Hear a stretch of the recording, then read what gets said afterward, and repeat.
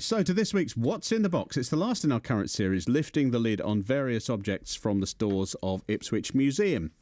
For today's box, which contains items of international importance, Italy met up with Caleb Howjigo, who's Collections Information Programmes Assistant at the museum. Now, I presume, Caleb, that through the course of your work, you're opening lots of boxes and drawers and cupboards and finding all manner of things. Yes, we really are. So my sort of day-to-day job really is doing a lot of that stuff. So I'm really fortunate that I get to do that kind of thing every day, more or less. And the stuff we find is fantastic, and it's what makes me love the job so much, actually, really, those sort of experiences of finding something new, and it's brilliant. So tell me about your box.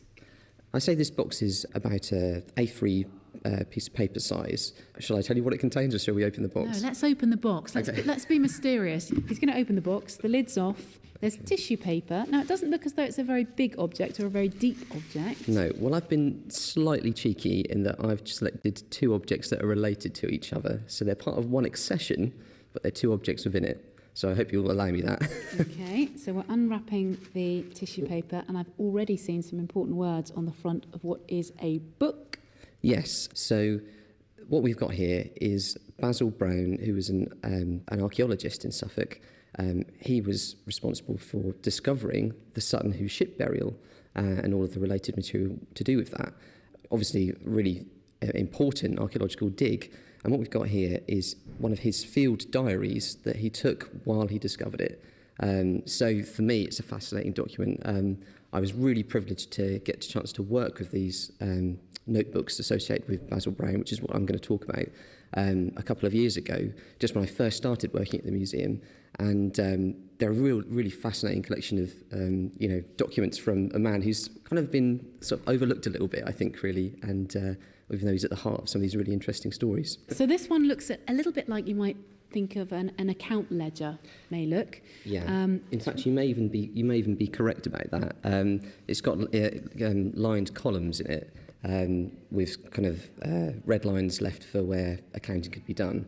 And this is kind of part of the charm for me of Basil Brown. He kind of picked up whatever he had to hand and wrote about archaeology and discoveries in it. So it really captures the spirit of a man who was just really interesting and interested in his local area and the discoveries that he could make, really. When in the process of the dig does this particular field diary fall, then? It's across 1938 and 39, which makes it very interesting because it covers both the year where he discovered it. We started to excavate in 1938, and then 1939, just in the lead up to war, where he's actually on site digging, and then obviously you get people from the British Museum and so on getting involved, and they kind of take over and shunt him to the side a little bit because they sort of look down on him as he's kind of a self-taught man rather than a professional. If I read out a little bit for you from how he opens the diary, he says that he's received a communication from Mr. Guy Maynard, who's the sort of manager of the museum at the time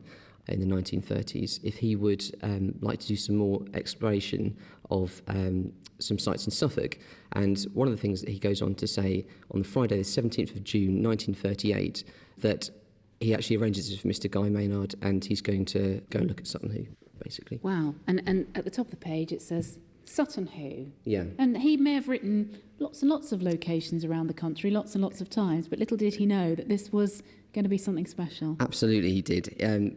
One of the things that I was fortunate enough to do with these notebook collections when I worked on them was read through them and catalogue what was in the different books.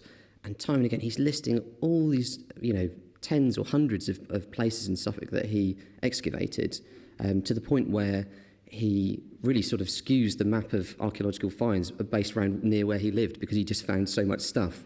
And so, but again, as you say, he didn't think anything of this at the time. It was just a place that he was going to. So the other kinds of things that we have in the diary are letters that he wrote home to his wife from the site, which is quite sweet, really. Like, him and his wife sort of lived a kind of an idyllic country life in Rickinghall. Yeah, they're sort of just talking about kind of, just mundane trivia about general life, and then also inputting these like little snippets about the massive, huge archaeological finds that he's making. So, yeah, it was rather lovely in that way.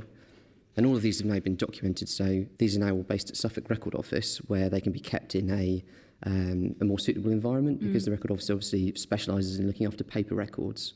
So what we've done is, working with Suffolk Record Office and the Suffolk Archaeological Unit, we've worked together to document these really thoroughly so that they are really accessible to researchers.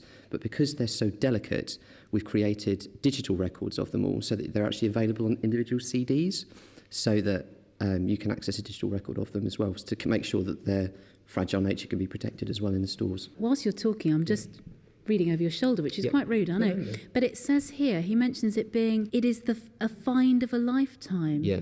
Let me know what time you think you will arrive.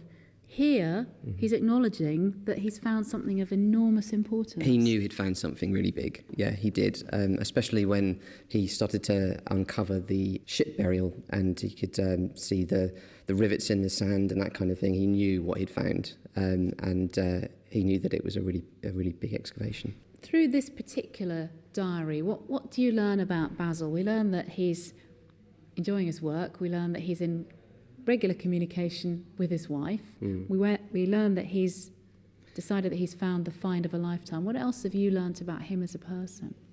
I think that he was just incredibly driven to discover interesting things. I think that is the sort of spirit of adventure that he has, and the spirit of exploration that he has in his life really jumps out of the pages to me, because he's come from this background of living in a very small village or town on the Norfolk-Suffolk border, not had any sort of professional schooling in this way, but he's just got stuck in.